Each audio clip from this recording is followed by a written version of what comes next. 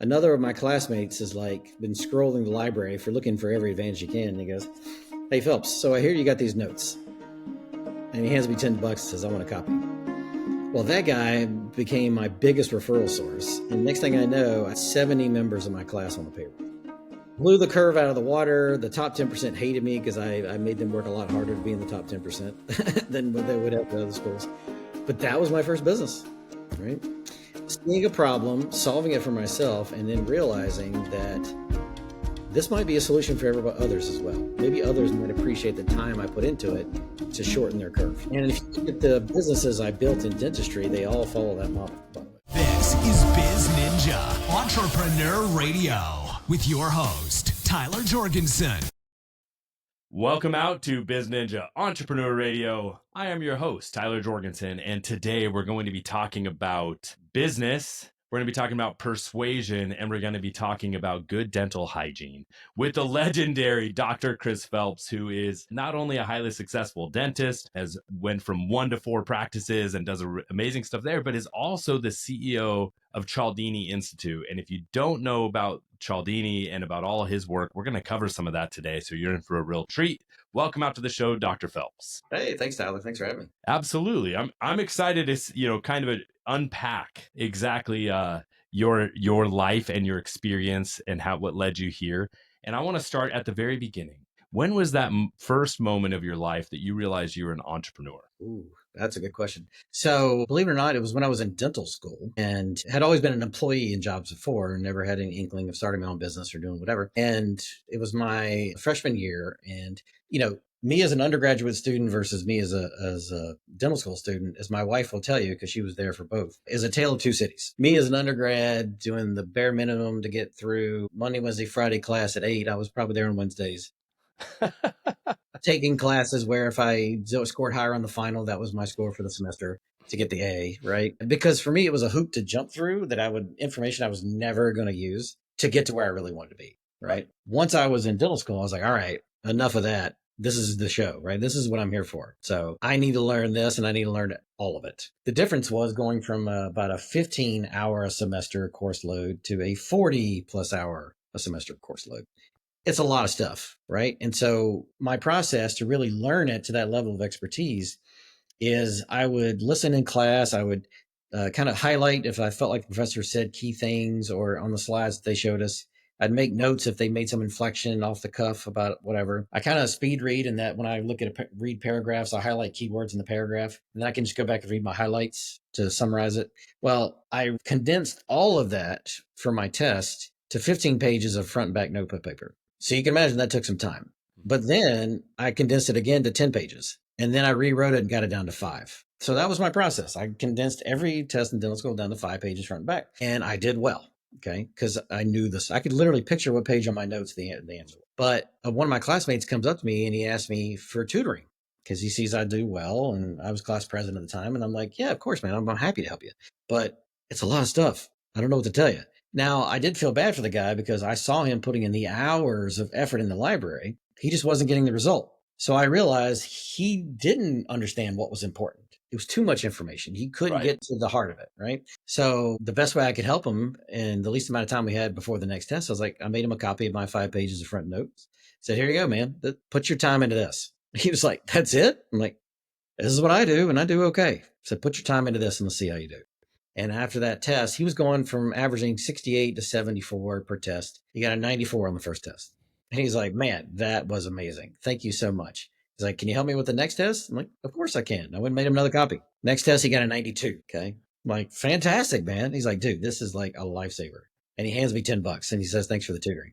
And then he hands me another 10 and says, can I have the next test? And I was like, yeah. So he leaves my apartment. And I turned to my wife, Amber. I'm like, Amber, I just made $20 studying. She's like, you did? Yeah. It's crazy. He just paid me. Wow. So next thing I know, flash forward a couple nights later, there's a knock on my door at the apartment. It's another of my classmates has been scrolling the library for looking for every advantage he can. And he goes, hey Phelps, so I hear you got these notes. And he hands me $10 and says, I want a copy. Well, that guy became my biggest referral source. And next thing I know, I had flash forward, I had 70 members of my class on the payroll. Blew the curve out of the water. The top 10% hated me because I made them work a lot harder to be in the top 10% than what they would have at other schools. But that was my first business, right?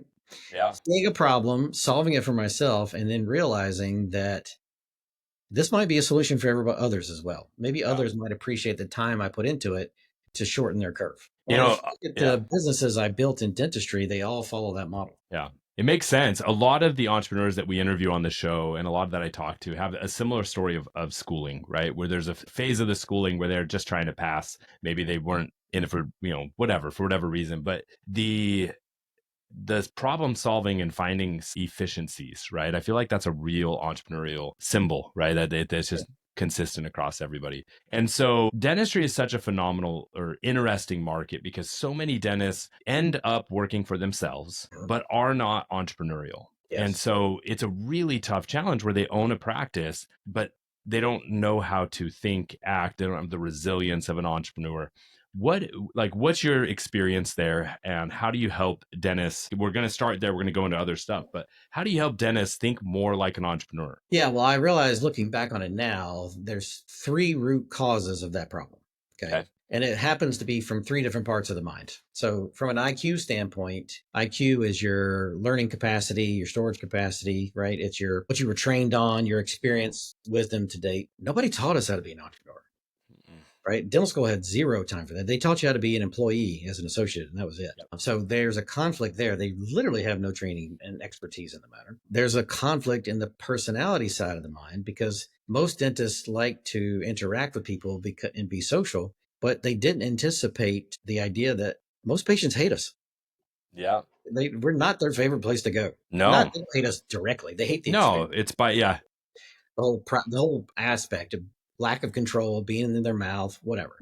So they don't even have the personality to manage those kind of situations. Number 2. So they're not trained. They don't really have the personality for it, managing people and that kind of thing, because they're used to being by themselves, right? Not having to work with others. For the most part, you're a wolf pack. You're a solo wolf in essence, right? A lone wolf. You don't get to a pack as you get out there. Nobody taught us what to do with that either. And then the third thing comes from what's called the Colby side of the mind, or your cognitive side of the mind. Instinctively, they're built. The people, it's kind of funny. Kathy Colby started this assessment and she told me that 90% of medical professionals have the same Colby profile. They're instinctively built. Like, what kind of car are they? Is the same. And it's because they were the perfect profile to be successful in the education system. Yep. But once they got out of the system, it's a totally different strength set that's needed, right? So now you got Ferraris that are driving off roads. And they're wondering why they're hitting so many bumps. Yep. So we're not instinctively built to do the job on top of that. So add those 3 together, we're in trouble. Yeah. Now, you didn't fit the mold perfectly. You already thought and saw things a little differently. You were a little bit different than the other dentists, which is probably why you grew so quickly in those first few years of coming out and doing your own thing. What was the first big challenge that you faced as a practice owner and entrepreneur, and how'd you overcome it? The big challenge was going from that first office, initially getting established, like most things, building my patient base within another doctor's patient base, because I joined my wife's dentist, who'd been her dentist since she was 14. And I was very fortunate because he spent his money on my marketing ideas to get myself patients and opportunities. Nice. And then I was fortunate enough to be able to capitalize on those opportunities. Without him doing that, it would not have been successful. Okay. Me with the ideas and him willing to invest in my ideas. Right. That's a big lesson in partnerships and mentorship, right? Is the person actually has to be willing to invest in the person they're trying to bring up, not just say, well, I'm going to bring on an associate and they're going to make me money. Yes. That's really neat. That's rare. He even told me, and he even tried to undersell it. I was like, so, what do you think about me coming in with you when I graduate? And he goes, I've had associates in the past. None of them ever work out, but you're welcome to come try. Well, nice of them. Yeah. Yeah. How's that for a winning endorsement? And of course, what I heard was, so you're saying there's a chance. That's right. But that's really what it was. He stepped back with the other guys, did nothing in marketing to get new opportunities, and just thought his patients would go to the new guy. Well, this principle of scarcity kicks in our persuasion world, where when you make yourself the scarce resource and pull back from people, all it does is make them want you more and pay more to get to you. Yep. So that's all he did, was just wait for the old guy, right? And the new guys starved. So yeah, marketing and him letting me spend my money on my ideas solved that problem, which he didn't even know was happening. Yeah. And so how'd you overcome that? You started growing, you got the first office, but where was the challenge of getting into the other practices? Well, the challenge was the second one, because transitioning an existing business to a new culture and a new leadership style is one thing. And in essence, you buy somebody's business, you're buying their problems on top of that. That's So you're managing those things. The second office we did was a brand new cold start office from scratch. So there are no biases. There are no problems already in place. You can do whatever you want with it. Oh, wait a minute. Do we have the systems for that? Are our systems replicatable? Are they repeatable? Same marketing. All right. People just found us through referrals and other things. How do we get them to come into this new place? How does that happen? We started big too. Like, we upfitted like 6 of our 7 rooms of chairs and equipment. That chair's costing you money, whether anybody's in it or not. So how do we fill those things as fast as possible? In that case, I did 2 things. Obviously, I don't know till I try. That's the way I learn, is trial and error. It's messy, but it gets me where I need to go. So with marketing, I was just doing everything that we could afford in marketing. I had the budget and profitability from the first office to fund the marketing for the second one, which was also key. Most doctors, they get out of school, they get money for the equipment and a little working capital to pay their people, but they have no money for marketing. Right. And they don't loan for that necessarily. So they get stuck going in network. So at least we had a budget that I could use for marketing. And I hired somebody with a lot more wisdom than I did. I hired a dental consultant to come in and say, hey, I need systems for a new practice. I'm not saying I'm going to use them 100% because but I need a framework. I need something to start with, and then I can modify it from there as needed. Why is it that so many times people, and not just in dentistry, but why is it that so many times that once somebody becomes a professional in something, they have a harder time accepting support, like reaching out to a consultant? Yeah. Well, I think part of it might be embarrassment, right? They're afraid to ask for help. As I said, dentistry, we're kind of conditioned, especially in school, to be solo people. And that person sitting next to you, that's your competitor. That's not your colleague. And it's isolating as a job as far as that. So not being able to ask for help is key. Most of them, especially with a brand new startup, again, they don't have the money to put towards that. Even though they need it and they might want it, they don't have the funds. Yeah. So. Okay. Yeah. And I think that lone wolf thing carries through that world a lot. Let's shift a little bit and see, we'll get to how you became involved with Cialdini and that sort of thing. But for the uninitiated, if you can just summarize kind of what Cialdini Institute is and the work on persuasion that you guys do. Yeah. So Dr. Robert Cialdini he's a professor of marketing and psychology at Arizona State University. He wrote a pioneer book over 40 years ago called Influence, the Psychology in Practice. Not many books I can think of off the top of my head that are that old, but have never been more prevalent and relevant than they are today. Okay. And what he did in his research was just go study. He went outside of the lab and went out to the field and studied what the best of the best people were using to persuade us and looked for patterns. Is there something everybody's tapping into, whether there was a name to it or they realized it or not? And that's what he discovered, was that there were 6 psychological principles they were tapping into. And now we have 7 in total. And that's what he went back and did his research on, to prove these things, what they were, and then doing all kinds of studies to test, well, how do you activate these things? How do you turn them on like a light switch in a situation? And how do you amplify them? And then it was the research of Daniel Kahneman and his pioneer work, a Nobel Prize winning economist, who kind of measured the fact that we've got kind of 2 levels of our brain, like system 1 and system 2. Kind of like an iceberg above the water and the iceberg below the water, subconscious versus rational thought. And not many things, is what Kahneman proved, reaches rational thought level. Most of our decisions is in that system 1, right? It's under the water, subconsciously. Well, guess where our principles of persuasion play? In that subconscious realm. So what it did for me was it showed me the actual things people are using to make the majority of their decisions. And what I was doing was making my strategies around the excuses people told me after they said no. So when I backed it up and started ignoring what they said no, because we'll rationalize anything after we've done it, doesn't mean that was behind the decision. When I started making strategies using these principles, then suddenly it wasn't about the money anymore. It wasn't about their insurance coverage. It wasn't about the other barriers that we kept hearing anymore.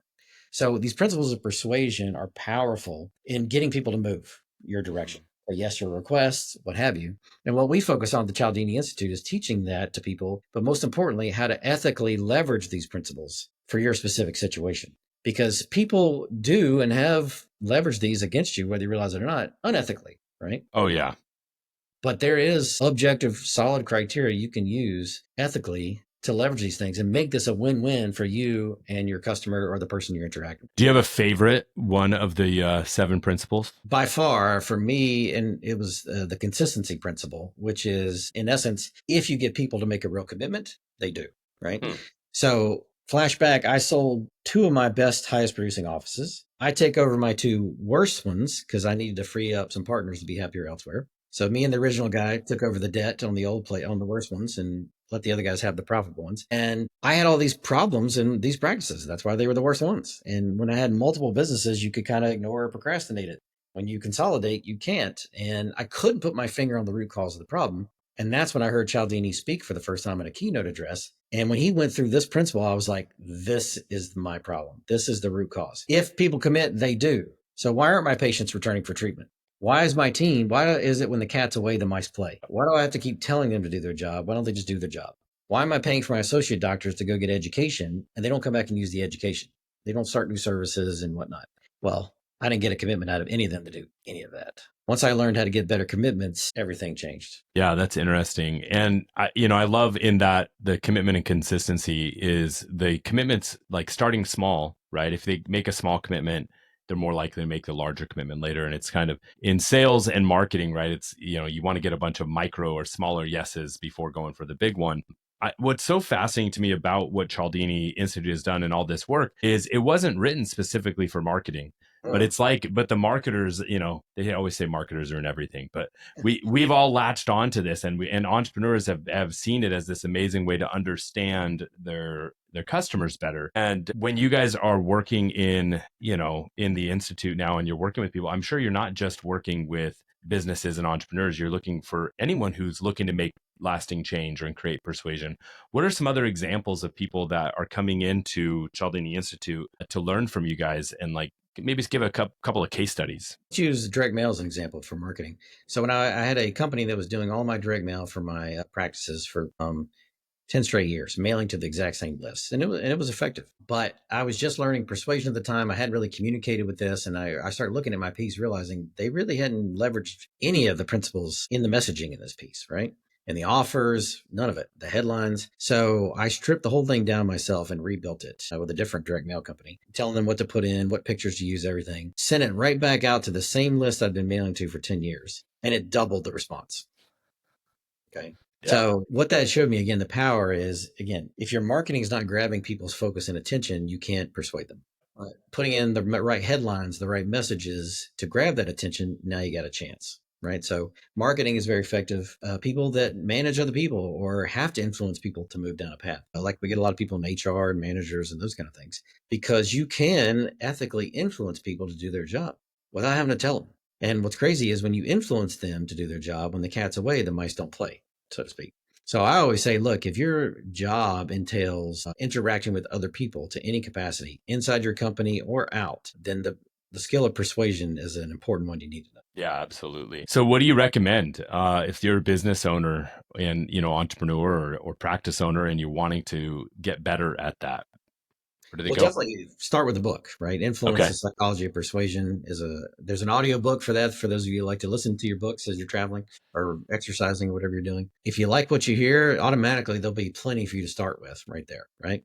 But if you're ready to go deeper, obviously that's what we do at the Institute. We have online trainings that on demand. So it's not like you're stuck to a schedule. You can learn it on your pace, so to speak. And I'm really excited. We've got a new mastermind coming out that I'm starting where probably, knowing the principles is one thing, but the biggest challenge people have is the application. Like, What do I do with it? Okay, I see it here in this moment, but how do I tap into it? What if I got multiple principles? What order goes where? Right? What's the sequence? So in the mastermind, that's where we're really going to focus on teaching application for all of these different topics. I love that. And so I mean, you still have the dental business? Are you still a practicing dentist, or have that all passed behind you? Yeah, it's funny. So I still treat patients on Tuesdays. Awesome. For a couple of reasons. Number one, because my wife said I can't stop being her and the kid's dentist. Number two, because I have other dental support. So going back to, I solve problems and then I make companies out of them. So I have a dental call center. I have a software company that deals with this thing called dental membership plans. I have a coaching consulting business for the business side of dentistry. All of my colleagues, it's kind of funny, if my fingers aren't in somebody's mouth, we call that wet finger dentist, then you automatically lose credibility in anything you're talking to them about, right? Yeah. So I also maintain my license partially for the street cred, the credibility. Yeah, no, if you're going to have businesses in that space, it does. I mean, that's principle 4, right? Authority. right? It keeps your authority high because you're still working and walking the walk, and that's a big deal. What as you mentioned, like multiple practices, multiple businesses that you just listed, and you're being CEO of Cialdini Institute. Is there such a thing as work-life balance, and how are you balancing all of this? Yeah, that's a good question. So on the surface, it may look like I do a lot of things and I balance a lot of companies. And I will say, for the most part, that's not true. I'm really good, and I'm a follower of Dan Sullivan and the entrepreneurial time system, and making sure that I don't half-ass two things, I whole-ass one thing. Set the time to focus on one area and protect that time, which makes me more productive and then frees me up the next segment of time to focus on the next thing, the next company, the next whatever. So I'm really good at just scheduling my time well and focusing. The other thing I do is I don't do all these things at one time. I really try to focus and build a company and get it independent of me with the right management team and people that run the day-to-days, because that's not my strength. And then that frees me up to go do the next company and then build that team. And then that frees me up to now focus on Cialdini Institute and the next project. So, yeah. What of all the things you got going on? I mean, you mentioned the mastermind. Is that what you're most excited about coming down over the next year or so? It is. We've had this whole series. We've been talking about small bigs, like these small little things you can do that can have a huge impact on your outcomes. And so that's when people really see the power. Like me, I drank the Kool-Aid when I took those two struggling practices. And in 3 years after using my practices as my laboratory of putting these principles into practice and trying them out, I had those two practices doing more in revenue, profitability, and free time for myself than when I had 4. Okay. And then I sold one of those and thought, can I do more with one than when I had 4? And the answer is yes. And I did that in the years of 2009, 2010, 2011. So right after the housing crisis and one of the worst economic climates we've been in, a huge economic uncertainty, not unlike what we're feeling today, by the way. Yep. So I see a lot of parallels. And these practices each are having $1 million revenue growth 3 years straight, when in the history of dentistry, more dentists went bankrupt during those 3 years than ever before. Right. So what it showed me was not only are these things timeless, they are independent of economy and any other barrier you think is why people are saying no to you out there today. Yeah, interesting. I want to unpack just a little bit on that idea of small bigs. I'm sure you work on this with a lot of the people you coach and mentor, but just teach our listeners a little bit about the power of small bigs and what they should be looking for. Yeah. So we'll start with unity. I just dropped this little nugget with a group the other day, and they blew their minds. But if you're making appointments with people for any reason, on the phone, at the chair, once they've made the appointment, in theory, the unity principle should kick into play. They're now part of the family. They're not against you. It's not you versus me. They are you, right? They are of your unit, your family. So use unitizing language with them. We, us, our, partnership, together.